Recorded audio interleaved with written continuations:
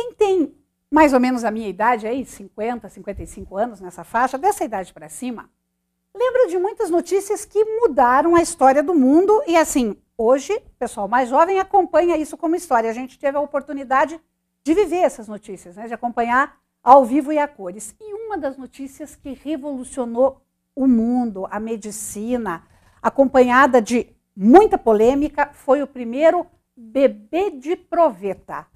Era assim que se chamava na época a fertilização in vitro. Uma inglesa, a Louise Brown, ficou famosa lá em 1978, foi o primeiro bebê de proveta. E de lá para cá as coisas mudaram muito, já nasceram muitos bebês de proveta e em outras técnicas. Para falar sobre isso, eu recebo hoje a médica ginecologista, especialista em reprodução humana, a Rejane Casari. Rejane, prazer te receber, seja bem-vinda. Ana Cláudia, o prazer é todo meu. Muito obrigada pelo convite. Estou muito honrada de poder estar aqui com você.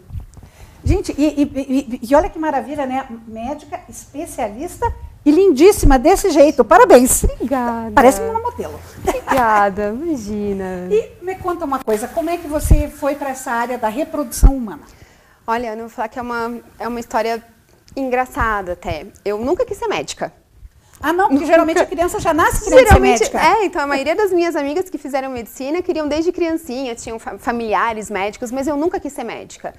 Eu queria fazer alguma coisa com genética, assim, de criancinha, mas eu tinha muito medo de sangue. Eu queria ajudar as pessoas, queria fazer alguma coisa que pudesse fazer diferença na vida das pessoas, mas eu tinha medo de sangue e de travar no momento de necessidade.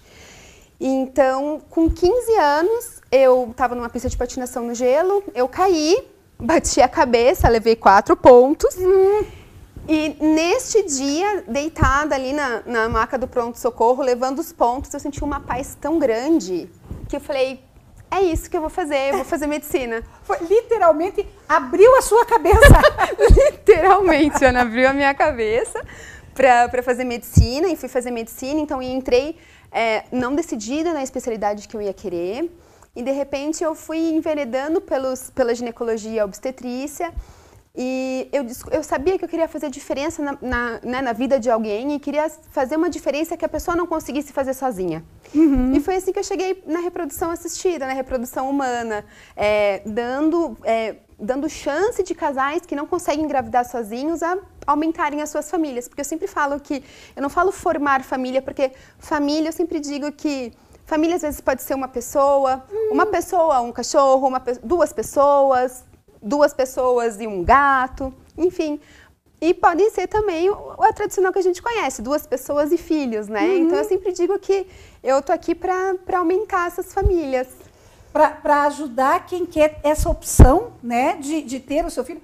Porque a gente vê muita dessas polêmicas, né, sobre a reprodução assistida, na questão de tantas crianças que precisam de adoção e tal, e aí vai se passar por um procedimento que pode ser traumático, etc. Mas eu acredito que passa muito pelo sonho da mulher de gestar uma criança, né? Com certeza, Ana, porque assim, as mulheres foram criadas, né, a minha geração, né, até a minha geração, acho que isso depois da minha geração foi mudando um pouco. Mas, assim, a gente foi criada com esse intuito mesmo de ter aquela família, de ter filhos, de querer de engravidar.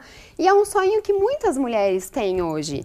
Né? E, assim, elas têm essa vontade de gerar, de sentir essa vida crescendo dentro delas, né? De passar por toda a experiência da maternidade, de gerar o bebê, de ter o parto, de amamentar, né? E se a gente pensa em adoção ou em outros métodos, às vezes a experiência para algumas mulheres não é completa. Então, cada mulher é de um jeito, cada ser humano é de um jeito. Então, a gente tem que respeitar o sonho de cada um. Tem mulheres já que têm sonho de adotar, mas tem muitas mulheres que querem ter o próprio bebê e querem adotar também. Então, acho que a gente tem que respeitar essa individualidade e fornecer meios para que as pessoas realizem o sonho delas, seja eles qual for. E uma opção não anula a outra, né? Não necessariamente? Exatamente. Eu tenho umas histórias interessantes de casais que estavam tentando e fizeram fertilização e não deu certo e acabaram optando por adotar e de repente engravidaram naturalmente. Esse é uma história muito recorrente, né, que a gente vê em casos de uma infertilidade crônica e que depois de uma adoção se resolve. Não existe uma explicação médica para isso, Rejane? Médica não, Ana. Na verdade, eu falo que as coisas acontecem no tempo delas, né?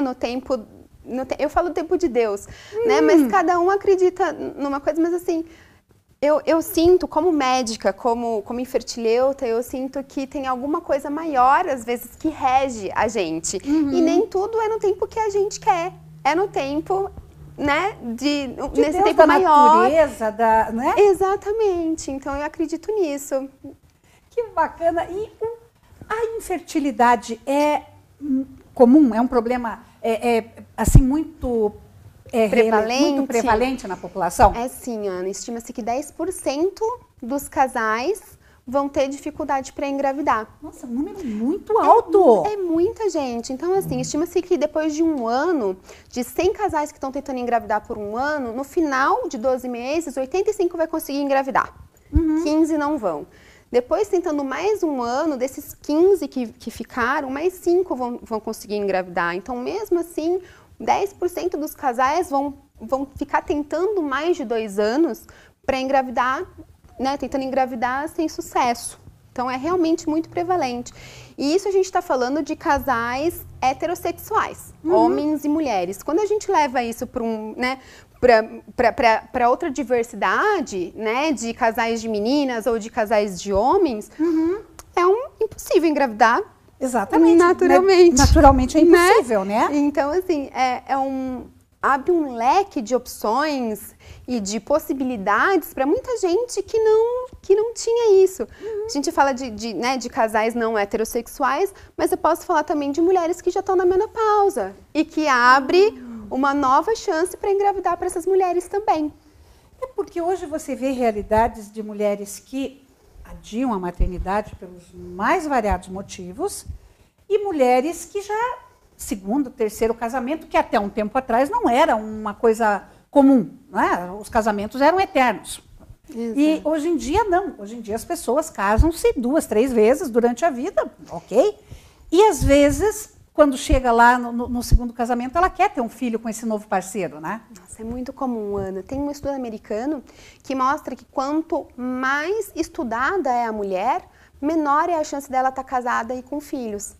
Isso é muito comum a gente ver, né? Às vezes a gente vai adiando a maternidade porque tem outras prioridades no momento. A gente quer fazer uma faculdade, uma especialização, quer focar na carreira, de repente acaba postergando isso. O que é um problema, porque apesar da gente ter conseguido muita evolução de medicina e de muitas conquistas das mulheres, a gente infelizmente não consegue ainda preservar a nossa fertilidade. Os nossos óvulos, eles ainda nascem conosco e eles vão envelhecendo conosco e a gente não consegue fazer novos óvulos ao longo do caminho, né, ao longo da nossa vida. Então, isto continua sendo um problema da mulher moderna, né? E em relação a filhos também, às vezes de outros casamentos, é isso. Tem a mulher que adia a maternidade, né? E tem aquela mulher mesmo que, de repente, teve o seu primeiro casamento, foi muito feliz, mas acabou, né? E, de repente, encontra outra pessoa e daí eles querem ter filhos juntos. E daí, talvez, ela já tenha um pouco mais de dificuldade por causa da idade, né? Então, assim, é muito comum. Eu vejo muitas mulheres que já fizeram laqueadura porque já tiveram seus filhos, não queriam mais, e, de repente, estão vivendo um novo amor. E daí elas querem um fruto, né, daquele novo casamento, né? Então é muito comum. E a princípio, tudo isso, claro que a gente vai detalhar aí, mas tudo isso tem jeito. Hoje em dia tem técnica, tem jeito para tudo. Tem jeito para quase tudo, Ana. Às vezes eu digo assim, que às vezes não é aquele caminho que a gente estava esperando, que não era aquele caminho tradicional, mas existem técnicas para a gente resolver quase todos os problemas, inclusive mulheres que não têm útero, por exemplo. Até isso dá para resolver. Nossa, então você já vai me contar como é que é isso, porque eu fiquei bastante curiosa, mas ainda, né, vamos dizer, a tentativa pelo método tradicional, o casal tenta a gestação, aí você falou, por um ano, aí tem 85% de sucesso e tal. Qual é a idade em que, para quem tem problemas, vai descobrir esses problemas, que momento ela deve procurar o casal, a mulher deve procurar o especialista? Ana, eu sempre falo isso, essa pergunta é super importante. Eu acho que a gente tem que disseminar mesmo essa informação. Mulheres com menos de 35 anos, elas podem esperar 1 ano para engravidar. E assim, este 1 ano é com ciclos menstruais regulares e tendo relações sexuais com uma certa frequência, ali, pelo menos 2 vezes por semana, dia sim, dia não, principalmente ali no período fértil. A gente tem alguns aplicativos também que ajudam bastante a gente a descobrir esse período fértil. Então, mulheres com menos de 35 anos, 1 ano de tentativa. Para quem tem mais de 35 anos, a gente orienta 6 meses, em torno de 6 meses de tentativa. Na verdade, o que a gente diz assim, de 36 anos até 40 anos, dá para esperar ali até 6 meses de tentativa.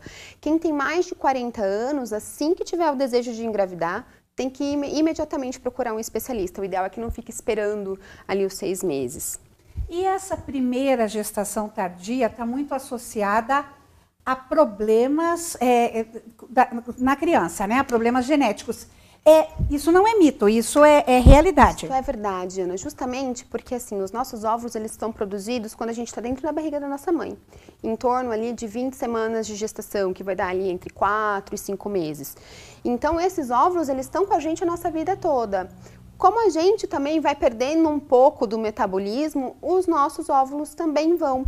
Então, esse óvulo que vai envelhecendo com a gente, ele vai perdendo aquela capacidade dele de se dividir de uma forma normal, sendo que quando ele é fecundado mais tarde, ele acaba, na divisão ali das células, acaba tendo às vezes passa um pouco mais de material genético para uma célula, um pouco menos para outra, e isso acaba causando essas anomalias genéticas, que a gente chama de aneuploidia, que é qualquer número diferente de cromossomo. Cromossomo faltando, então material genético faltando ou sobrando. Um exemplo mais comum que a gente tem é a síndrome de Down. Então, a síndrome de Down é quando aquele embriãozinho, ou aquela pessoa, tem um cromossomo a mais do par 21. Então, ele devia ter 2 cromossomos do 21, ele tem 3. Então, isso é muito mais comum em mulheres que passam dos 40 anos. A maioria desses embriões que são formados com alguma alteração genética, eles não conseguem se desenvolver. Então, muitos acabam ou não grudando no útero, ou quando grudam, eles não conseguem se desenvolver e a mulher acaba perdendo o bebê, acaba evoluindo para um aborto. Então, por isso que a gente ouve mais assim, né, mais comum, a gente ouve mulheres que têm mais de 40 anos que tiveram abortos, né, ou que têm filhos com alguma alteração genética. É mais comum mesmo, não é mito, infelizmente. E os métodos contraceptivos, o uso?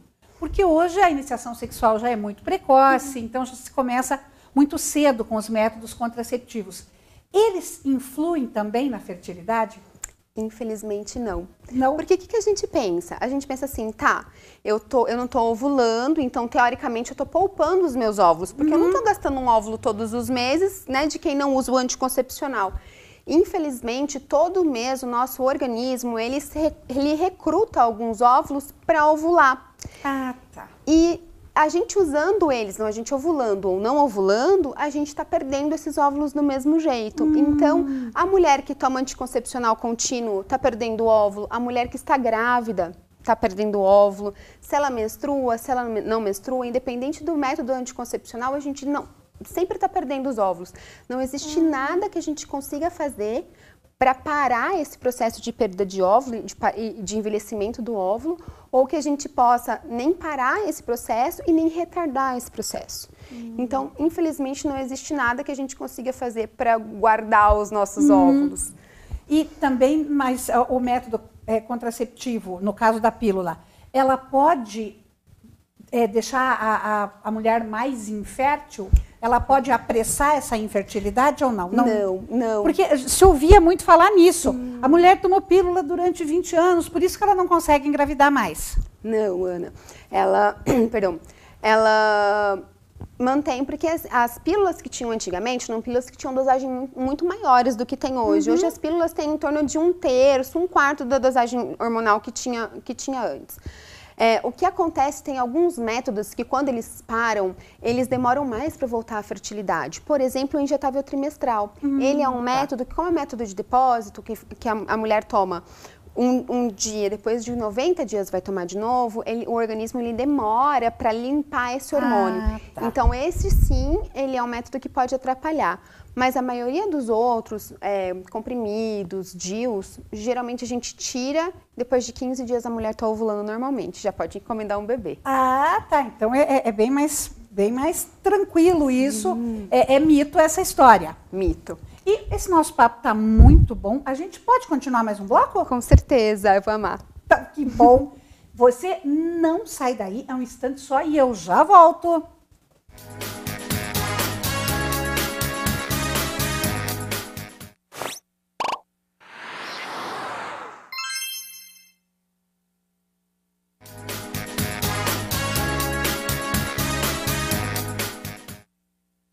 A gente continua aqui o nosso bate-papo com a doutora Rejane Cesare, médica ginecologista, especialista em reprodução humana.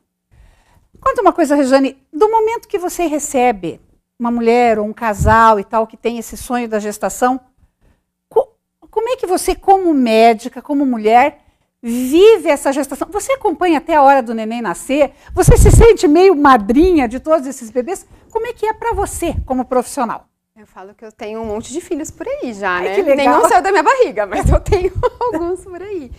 Quando o casal chega, eu preciso conhecer aquele casal. Quem que são aquelas pessoas, qual que é a história delas, como é que foram as tentativas e tudo mais, né? E depois, quando a gente faz um estudo minucioso de como foi a história, a gente coleta alguns exames e daí a gente consegue ver qual que é o diagnóstico, por que aquele casal não está conseguindo engravidar e só então a gente propõe o tratamento, né? Uma vez fazendo o tratamento, eu faço todo o acompanhamento, sou eu que faço, então as induções de ovulação, se precisar fazer punção, aspiração, transferência de embrião, todo o processo de fertilização ou de inseminação, ou mesmo do coito programado, que a gente chama, é o médico que faz, né? Quando a mulher engravida, eu falo que o meu trabalho está feito. Aí, então, assim, o meu trabalho, eu faço o seguinte, na verdade, eu sou meio apegada com as minhas pacientes. Imagina, tem um jeitinho de apegada, né? Então, assim, quando a gente consegue gravidez, quando tá tudo certinho, eu geralmente encaminho para eu não faço obstetrícia, porque justamente na medicina, como tá muito dividida as áreas, eu prefiro focar numa área e me aprofundar mais nela. Então, eu prefiro ficar com a reprodução e eu geralmente reencaminho a paciente para o médico de confiança dela, que ela já conhece, que ela já confia, que já tem uma história, né? Mas eu peço para elas virem de vez em quando durante a gestação, ali a cada 1, 2 meses, para a gente ver o bebê, faz ecografia, ver como é que tá, e vou acompanhando também. E a única coisa que eu exijo depois do tratamento é uma foto, pelo menos uma foto do bebê. Ah, no mínimo, né? No mínimo uma foto do bebê. Você é a madrinha oficial dessa criança, né? Exatamente. Então, isso que eu peço. Eu falei, olha, a única coisa que eu peço é que você me manda uma foto do neném que eu quero ver como é que tá. Mas assim, geralmente eu vou visitar no hospital, sabe? É um vínculo que a gente cria, que é uma coisa que parece que a gente faz parte mesmo, né, daquela família. E eu tenho bebês, assim, que eu ajudei a vir no mundo. Com a primeira inseminação que eu fiz, eu estava no 3º ano de residência. Olha que bacana. Foi lá em São Paulo. Eu falo que eu tive 200% de chance de sucesso, porque vieram gêmeos e um casalzinho. Olha que legal, mas que sonho, né, pro casal, era tudo que eles queriam. Sensacional, foi isso mesmo. E eles já estão com 11 anos. 11 anos, quer dizer, 11 anos. Nos últimos 11 anos, você sabe quantas crianças você já ajudou a pôr no mundo ou não tem essa conta? Não sei. Não parou para contar? Não parei para contar. Eu parei depois que começaram a vir, eu falei, não, acho que... Chega por aí, né? Não é o foco da coisa. É um número bom, mas eu fico feliz já. Legal. Rejane, a gente falou no bloco anterior dessa prevalência de 10% de infertilidade. Isso é tanto para mulheres quanto para homens ou é mais prevalente em um ou em outro? Então, o que acontece é que a gente sempre chama a infertilidade do casal.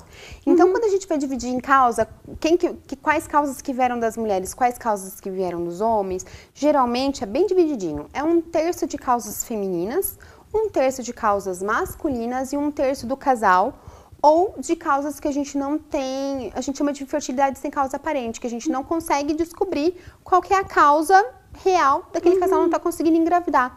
Então, é bem divididinho a responsabilidade de todo mundo, no final das contas. E aí, constatado que existe efetivamente problemas de infertilidade naquele casal. Todo mundo pensa, quando pensa em reprodução assistida, eu acho que a primeira coisa que as pessoas têm na cabeça é o tal do bebê de proveta, né? Que esse nome é até meio feinho, eu acho, por causa, né, dos frascos de laboratório e tal. Mas essa é uma das vertentes, né? Exatamente. Então, hoje a gente tem algumas técnicas que a gente chama de baixa complexidade e de alta complexidade. Na verdade, eu falo que é uma escadinha. Tem aquele casal que tem um fator de infertilidade muito leve, que de repente a gente só dando um empurrãozinho ele já vai. Que são os casais que a gente faz o coito programado, que a gente chama, né? Ou o COH. A gente estimula o ovário a produzir, em vez de mais óvulos, e a gente vai acompanhando com ecografia o crescimento desses óvulos. E na época do período fértil, a gente faz uma medicação para ovular. A gente acompanha tudo isso com ecografia, a gente orienta o casal a ter relação em casa. Depois a gente faz um medicamento para ajudar o embriãozinho a grudar e depois de 2 semanas a gente faz o teste de gravidez. Então esse é o tratamento mais leve que a gente tem. Depois disso a gente tem a inseminação artificial, inseminação intrauterina, que a gente faz basicamente o mesmo tratamento do COH, então a gente faz aquele estímulo da ovulação. A única coisa diferente é que quando a mulher entrar no período fértil, o marido vem no laboratório, coleta o sêmen, a gente pega esse sêmen e separa só os melhores espermatozoides, coloca num meio de cultura, que é uma substância que vai ajudar a nutrir os espermatozoides, e daí com uma cânula bem fininha, a gente coloca esses espermatozoides selecionados dentro do útero da mulher. Aí a fecundação também é feita naturalmente. Depois de 2 semanas a gente faz o teste de gravidez. Então esses que a gente fala, né, que são baixa complexidade, porque a fecundação é feita naturalmente, ou por via da inseminação, ou mesmo em casa, para o casal namorar em casa. E depois, a alta complexidade, que é o que os bebês de proveta, a fertilização in vitro, o que a gente faz? A gente estimula a ovulação da mulher, e a diferença tá quando a mulher entra no período fértil. Então, antes dela ovular, a gente faz a coleta desses óvulos. Como é que ela é feita? A gente faz uma anestesia, que é bem semelhante a uma endoscopia, então a mulher dorme, não sente nada. A gente, com uma agulhinha fininha, a gente vai até o ovário da mulher e aspira o conteúdo dos folículos, que são os cistinhos de água, que tem um cistinho de líquido que tem um óvulo lá dentro. Leva esses óvulos para o laboratório, e no laboratório a gente fecunda os óvulos com o espermatozoide do marido. Ah, tá. Então, depois disso, com os óvulos fecundados, a gente vai acompanhando o desenvolvimento dos embriões, e daí, quando eles estão lá entre o 2º e o 5º dia de desenvolvimento, a gente pega os embriões já feitos no laboratório, por isso que eles chamam de bebê de proveta, e a gente coloca com uma canulazinha bem fininha dentro do útero da mulher. E daí depois a gente faz mais alguns medicamentos para ajudar o organismo a grudar, fazer o bebê, né, ficar ali. E a gente faz o teste de gravidez depois de 2 semanas. Então, por isso que a gente chama de alta complexidade, porque a fecundação mesmo, ela é feita no laboratório e a gente já coloca o embriãozinho dentro do útero. É lógico que cada fase cada tratamento desses, eles têm uma chance de sucesso, né? E eles têm, quanto mais complexo vai ficando, né? Quanto mais a gente vai subindo a escadinha, esses 3 degraus que eu falei, maior vai sendo a chance de sucesso, mas a gente tem também mais medicações para fazer, né? Os ciclos vão sendo mais complexos mesmo, no sentido de usar mais medicação, do controle ser mais pertinho um do outro, sabe? Então, mais minucioso, então a gente faz todo esse processo. E aí, esse acompanhamento e a taxa de sucesso aí, pelo que você falou, quanto mais complexo, maior a chance de sucesso. Exatamente. E é a questão vamos dizer, da fertilização in vitro. Na época que começou lá atrás e tal, era uma coisa assim, era uma chance remota de dar certo, e eram necessários implantar vários embriões, e aí que residia um grande dilema ético, né? E aí, hoje, como é que está isso? Eu imagino que com toda a evolução que teve a medicina, isso deve ter evoluído muito também. Muito. Então, assim, hoje, cada embriãozinho, é lógico que vai depender de cada casal, mas, em média, cada embrião que a gente coloca, de cada transferência, a gente vai ter em torno de 50%, 55% de chance de gestação numa mulher ali até 35 anos. Então, de duas mulheres, uma vai engravidar. É uma chance boa, né? Se a gente contar que uma gravidez natural ali, num casal que não tem problema nenhum, vai ter, nos primeiros 3 meses, vai ter em torno de 12% de chance de sucesso. E isso vai caindo. Quando a gente chega lá no 11º, 12º mês de tentativa, vai estar em 4%. Então, a gente consegue aumentar bastante a chance de sucesso, né? Conforme foi evoluindo essas técnicas, a gente tem mais chance de sucesso por cada embrião que a gente coloca. Atualmente, a gente tende a colocar menos embriões de cada vez. Então, pela lei, hoje existe até uma lei que regulamenta a quantidade de embriões transferidos. Então, para mulheres que têm menos de 35 anos ou menos, ela pode transferir 2 embriões. De 35 a 40 anos, no máximo, 3 embriões. E mulheres que têm mais de 40 anos podem transferir até 4 embriões. Isso, Ana, é o máximo de embriões que você pode transferir. Vai ter mulheres que vão ter 42 anos que vão transferir 1 embrião, porque a chance ainda é maior. Ah, tá. Então depende de cada caso aí. Depende de cada caso e a gente sempre tem que trabalhar dentro da lei, né? Atualmente, os estudos eles estão caminhando para cada vez optar mais por transferir 1 embriãozinho de cada vez, justamente porque as técnicas estão evoluindo tanto que a gente tende a conseguir altas chances de gestação com um único embriãozinho transferido. E a gente transferindo menos embriões, a gente diminui o risco de gemelaridade. A gente brinca que gêmeos é super bonitinho, né? Eu acho lindo também. Mas a gente tem que saber que na gestação aumenta muito o risco de trabalho de parto prematuro, diabetes gestacional, hipertensão durante a gestação. Então, a gente acaba aumentando o risco para a mãe durante a gestação. Então, se a gente puder minimizar esses riscos, a gente prefere. Com certeza, né? Quer dizer, quanto mais natural, melhor, né? Exatamente. E aí, a gente falou no bloco anterior, você falou no caso, por exemplo, de casais homoafetivos. Então, nós falamos aí do casal heterossexual, então resolvemos o problema deles, resolvemos o sonho deles. Aí, quando você trata de um casal homoafetivo feminino, aí você tem os óvulos, né? Tem tudo, você só não tem o sêmen. Como é que você faz? Exatamente. Quando a gente tá lidando com um casal homoafetivo feminino, a gente tem os óvulos, né?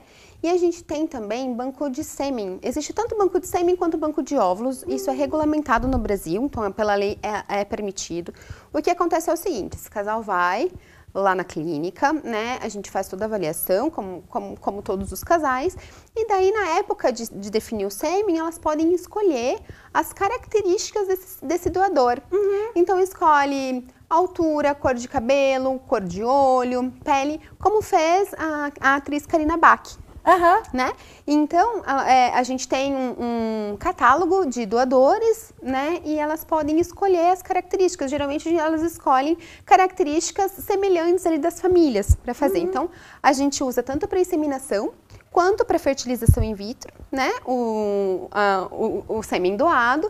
E elas podem engravidar naturalmente, né? Com alguma ajudinha. Sim, claro, né? Eles podem fazer isso. No caso de um casal homoafetivo masculino, a barriga solidária no Brasil é permitida, a barriga de aluguel não, né? Exatamente, Ana, a barriga de aluguel não pode. Então, a mulher que está cedendo útero, ela não pode ter nenhum tipo de ajuda financeira. O que a gente tem é a barriga solidária, também chamada de útero de cessão, né? O útero solidário também. O que a gente faz é, esses casais, então, eles têm o sêmen. A gente usa óvulo de doadoras, então a doadora tem que ser anônima, então a dona do útero que vai gestar não pode fornecer os óvulos. Ah, tá. Então tem isso. Então a gente vai pegar uma doadora de óvulos e a gente vai pegar uma mulher que vai emprestar o útero para aquele casal. Essa mulher, o ideal é que ela seja um parente de até 4º grau de dos homens, do casal. Exatamente. Se não existir essa possibilidade, a gente pode pedir uma carta para o CRM solicitando uma autorização. Daí, então, a lei permite, mas daí é estudado caso a caso, mas também existe essa possibilidade. E essa via de útero solidário, de barriga solidária, é a mesma de, por exemplo, mulheres que não têm útero.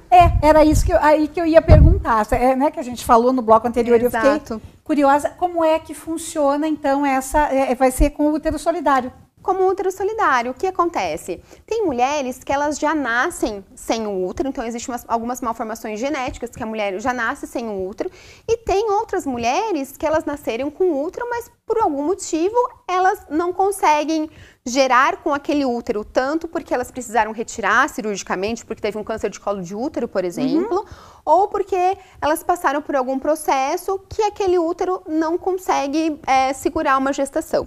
Então, o que a gente faz? Nesse caso, quando as mulheres têm óvulos próprios, a gente pode pegar os óvulos da mulher mesmo, né? Pega o espermatozoide do parceiro, junta, faz a fertilização e daí coloca os embriõezinhos no útero solidário. Ah, que legal. Porque eu já vi, a gente, né, sempre é notícia na mídia, mães que gestam para as filhas, né, ou para os filhos e tal. É muito, eu acho um ato de doação maravilhoso. Né? Porque você está dando oportunidade de vida para as pessoas, né? Com certeza. E assim, é aquilo que eu falei no começo, de você poder fazer alguma coisa para alguém que ela não consegue fazer sozinha. Exatamente. E no caso de mulheres que já passaram da menopausa? Mulheres que já passaram da menopausa, então quando a gente entra na menopausa é quando a gente acaba as nossas reservas de óvulos, então a gente não tem mais óvulo ali para pegar. O que a gente pode fazer é pegar um óvulo doado de uma mulher mais jovem. Ah, tá. Então a gente usa o mesmo raciocínio do banco de sêmen, a gente usa para óvulo. Então no Brasil a doação de óvulo é regulamentada desde que a mulher tenha menos de 35 anos. Então a gente consegue pegar um óvulo de uma mulher mais jovem, inseminar com o sêmen do parceiro dela e colocar dentro do útero dela, e ela vai gestar naturalmente como se tivesse uma gravidez normal, uma gravidez natural.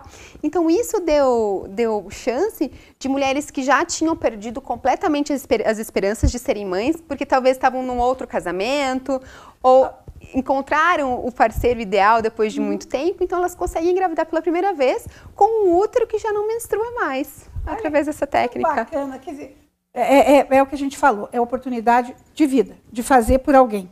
Exato. Adorei o nosso papo. Aqui em Ponta Grossa, você está atendendo onde? Como é que o pessoal pode fazer para agendar uma consulta com você, um bate-papo? Eu estou atendendo na Clínica Union com o Dr. Bernardo Sobreiro, que fica ali perto do Hospital São Camilo. A Karina está aqui, né?